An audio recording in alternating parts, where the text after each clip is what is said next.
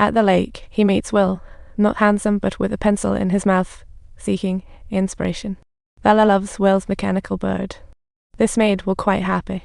He invites Bella to his workshop to check out the real-life mechanical bird he designed, which is in a converted barn. Inside are countless distinctive little designs.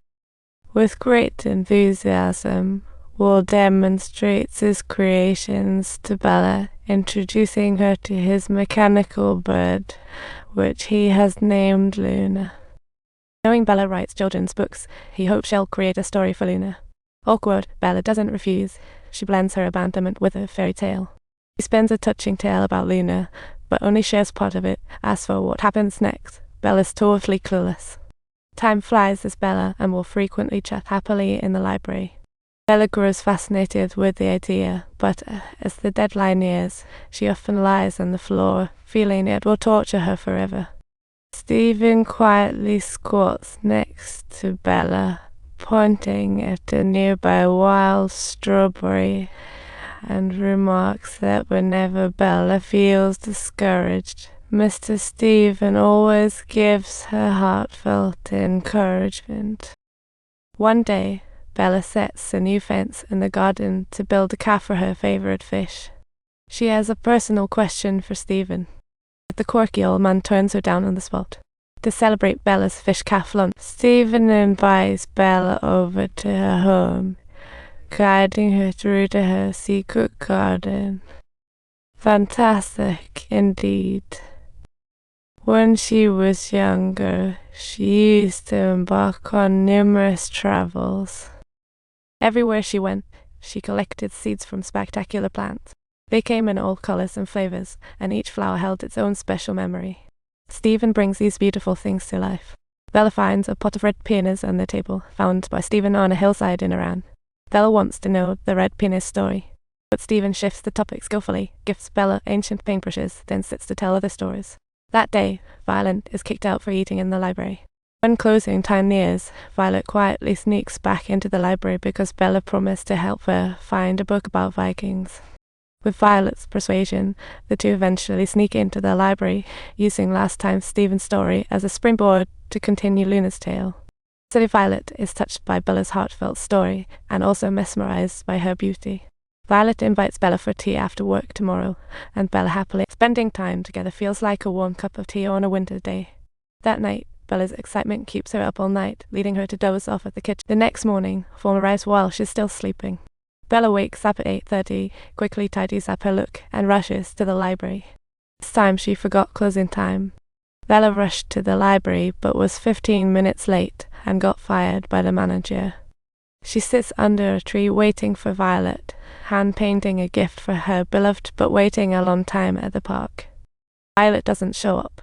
Bella returns home disappointed. At her door, she sees Violet skipping merrily with others. Seeing the scene feels like a thunderbolt to Bella. Her world dims once more, feeling darker than ever. Back at home, Bella locks herself in, scattering all her story drafts everywhere. No amount of Fawn's comforting works. Reluctantly, she seeks out Stephen, who forcibly knocks on Bella's door, arriving with a bouquet of flowers. Stephen permits Bella to inquire of her a personal question, specifically detailing that Stephen's former lover was named Rose. She was free-spirited, falling in love in 20 minutes after meeting in Iran. They travelled, sharing all. Rose, the famous translator, author of Bella's book. Publishing was tough for female translators then, so she adopted Arthur, a writerly pen name. Later, Rose taught Stephen translation and life skills, but tragedy occurred during childbirth. Both Rose and the baby didn't survive. Years later, Stephen still lives a single. The Dowry Garden has become her only means of escaping her pain. Eventually, Bella converts her sadness into strength, abandoning her former rules and habits once and for all. She keeps writing while fixing up her garden, but a sudden storm demolishes her gardening dreams, washing away all the walls and pear trees.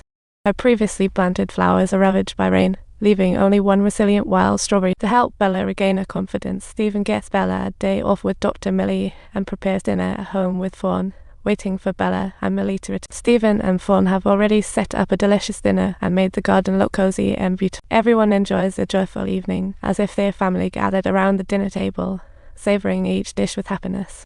Bella even invites Stephen for a date. It's a thank you to the thoughtful wolf. Enjoy. Past rules are forgotten as the landlord's inspection deadline arrives. It's not just the landlord who shows up or comes limping to Bella's house. Clearly, the landlord doesn't approve of Bella's garden, but after a chat with the hired fake landlord leaves with his tail between his legs, leaving only the limping wool behind. Stephen and Fawn grill him, learning Will had an accident on his date with Bella. The man she saw was his triplet brother. Will struggled. Just found Bella's address from a Lakestock adoption agency. Will's friends are holding a concert lakeside. Friends and family are invited, and Will hopes Bella can join him. The two young musicians perform passionately, while loved ones sit in the quiet rocking chairs. Gently closed eyes feel each other's breath. The kiss soft and passionate like a gentle breeze.